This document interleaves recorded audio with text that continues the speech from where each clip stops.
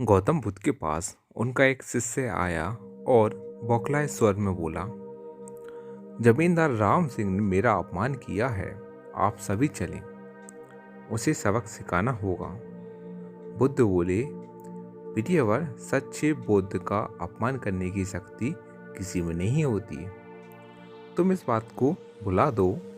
जब प्रसंग भुला दोगे तो अपमान कहाँ बचा रहेगा।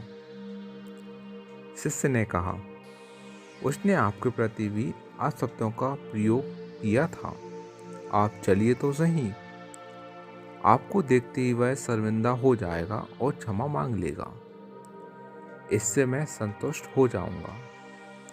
बुद्ध कुछ विचार कर बोले, अच्छा, यदि ऐसी बात है तो अवश्य ही राम जी के पास चलकर उसे समझाने का प्रयास करूंगा।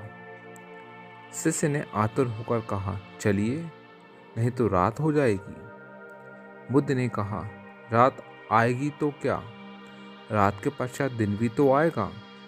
यदि तुम वहां चलना अवश्य ही समझते हो तो मुझे कल याद दिला देना, कल चलेंगे। अगले दिन बात आई गई हो गई। शिष्य अपने काम में लग गया और बुद्ध अपनी साधना में लीन हो गए। दोपहर होने पर बुद्ध ने शिष्य से पूछा, आज राम जी के पास चलना है? शिष्य ने कहा, नहीं।